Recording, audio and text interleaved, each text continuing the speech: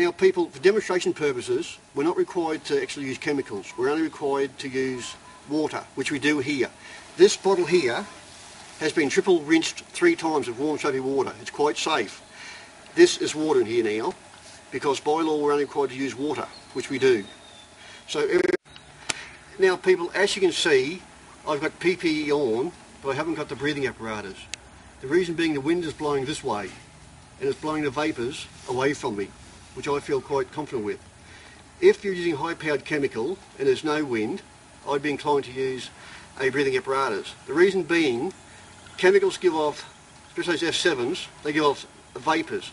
You get a drum of Torden and put it on a gum tree and the branches just off, leave the lid on the brand new drum of Torden, leave the lid on it, come back half an hour later and that gum tree branch will be swung right away from that drum, and that's with the lid on. They still give off vapours.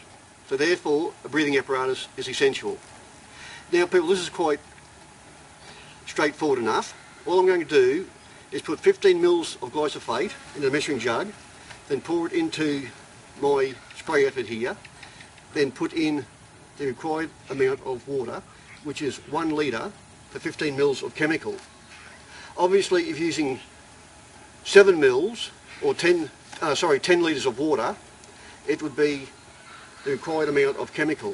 You have to calculate that out so you get the right amount of chemical per the litrage of water. You cannot undercook, underdose the chemicals, otherwise the plants will not die. They'll get sick and go yellow, but they'll spring back. So therefore I always stick to the required amount. And like I said before, I sometimes even go a bit stronger. You know, I'm targeting prolifically growing things like star burr or khaki burr. Now people, make sure the wind is blowing at the back of your neck, which it is, to blow the fumes away. Right.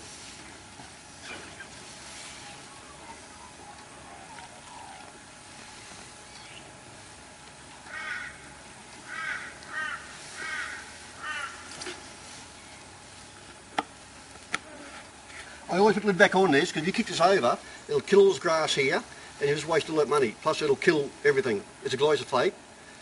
It's virtually a ground steriliser. Crowbar is a white powder. It is a ground steriliser. It flattens everything growing. Any tree, any plant, anything that grows, it will kill crowbar. It's a restricted one, you can't get that. Now easy enough, just straight over to a tap.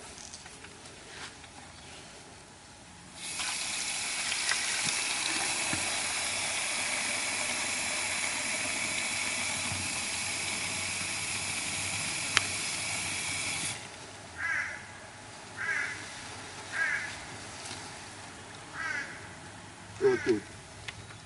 Now that is 1 litre of water to 15 mils of chemical glyphosate.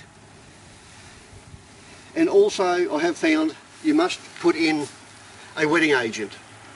This modern day glyphosate is supposed to come with a wetting agent already in it, but I just go to Overflow or Crazy Clark's and buy a $2 bottle of detergent, dishwashing detergent, and screw it a bit in. That will guarantee to stick onto the leaf of the plant you're targeting.